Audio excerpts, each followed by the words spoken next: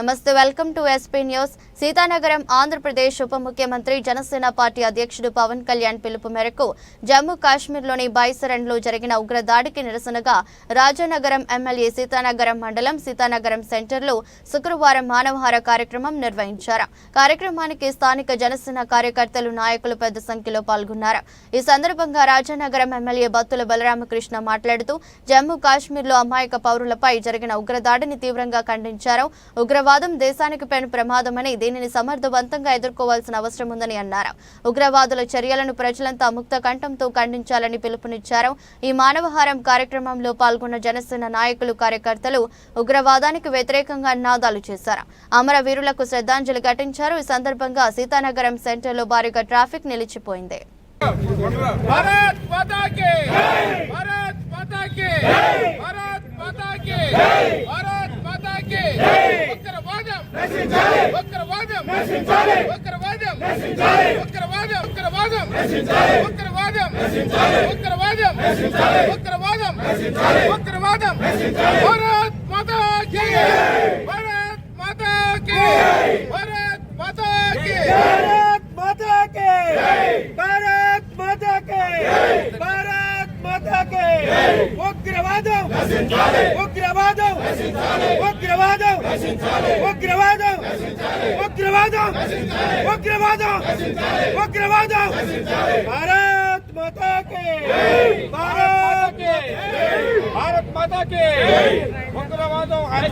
భారతదేశం పట్ల నిరంకుశ వైఖరి నశించాలి. ఉగ్రవాదం భారతదేశం పట్ల నిరంకుశ వైఖరి నశించాలి. ఉగ్రవాదం భారతదేశం పట్ల మొండి వైఖరి నశించాలి. జై భారత్ మాతా కీ.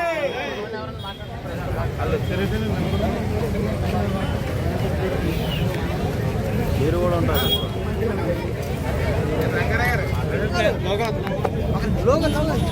రైట్.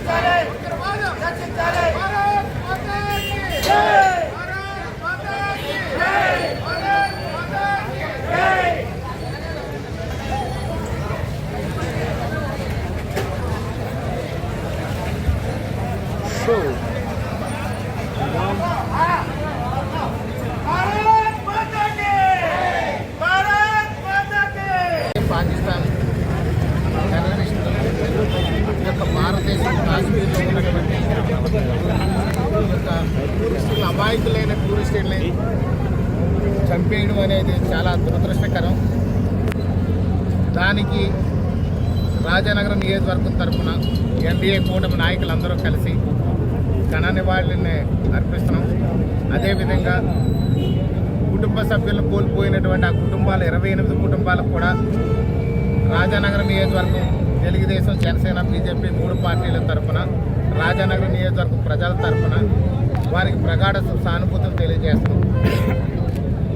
ఈ రాష్ట్రంలోనే కాదు, ఈ దేశంలోనే ఈ ఉగ్రవాదం అనేది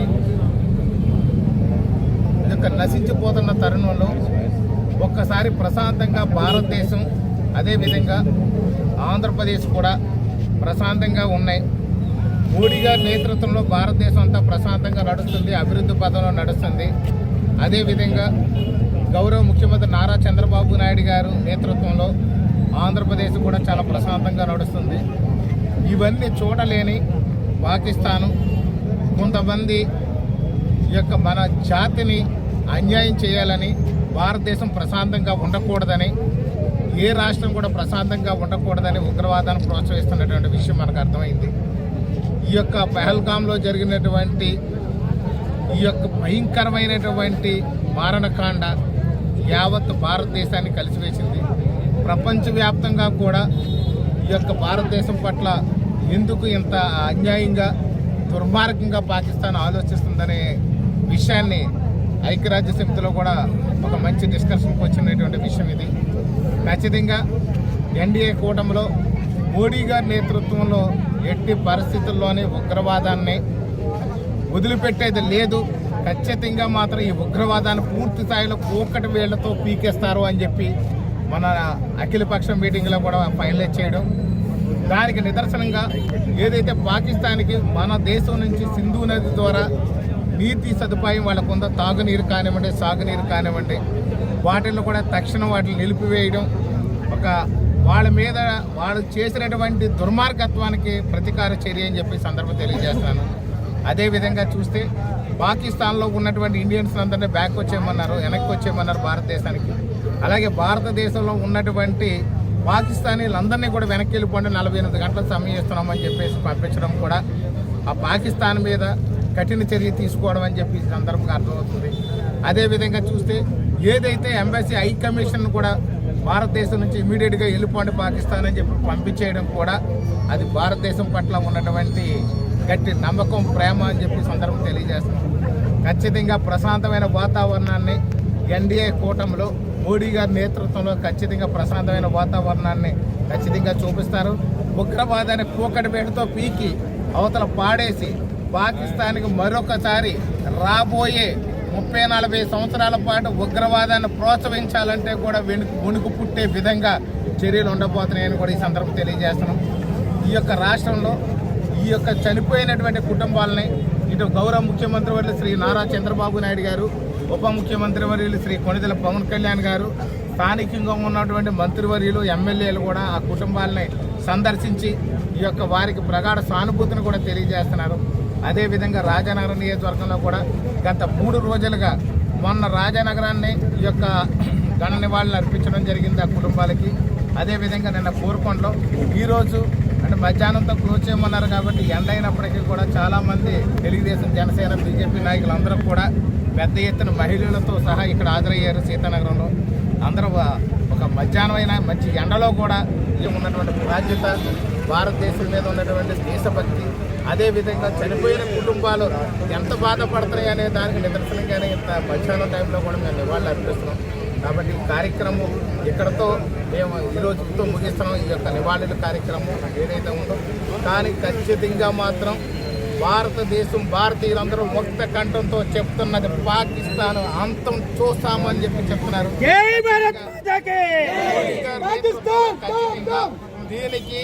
దీనికి ప్రతీకార చర్య అనేది భయంకరంగా ఉండబోతుంది.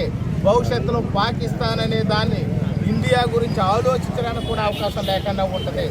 ఎందుకంటే ఇప్పుడు ఏదైతే ఇక్కడ టూరిజం అనేది సమ్మర్లో బాగా కాశ్మీర్లో బాగా జరుగుతుంది. ప్రశాంతమైన వాతావరణంలో ఉన్నటువంటి కాశ్మీర్ను డిస్టర్బ్ చేశారు. అదేవిధంగా చూస్తే మనకి అమర్నాథ్ యాత్ర ప్రారంభమవుతున్నటువంటి అక్కడ పహల్గామ్లోనే జరుగుతుంది. అక్కడ అమర్నాథ్ యాత్ర కూడా జరగకుండా ఉంటుంది. యాత్రికులు భయపెట్టాలని చెప్పేసి ఇలాంటి చర్యలు ఉన్నాయి. ఈ చర్యలన్నింటినీ కూడా ఇటు ఆంధ్రప్రదేశ్లోని అటు భారతదేశంలో రెండు చోట్ల కూడా సమర్థవంతమైనటువంటి కూటమి నాయకత్వం ఉంది. ఈ దేశాన్ని రాష్ట్రాన్ని ఎవడో ఏమీ చేయలేరు. కేవలం అక్కడ పైన మోడీ గారు, కింద నారా చంద్రబాబు నాయుడు గారు ఇద్దరి నేతృత్వంలో అభివృద్ధి చేస్తాం, ఉగ్రవాదాన్ని మాత్రం కూకటి వేలుతో తొక్కి అవతల పాడేస్తామని చెప్పి సందర్భం తెలియజేస్తూ సెలవు.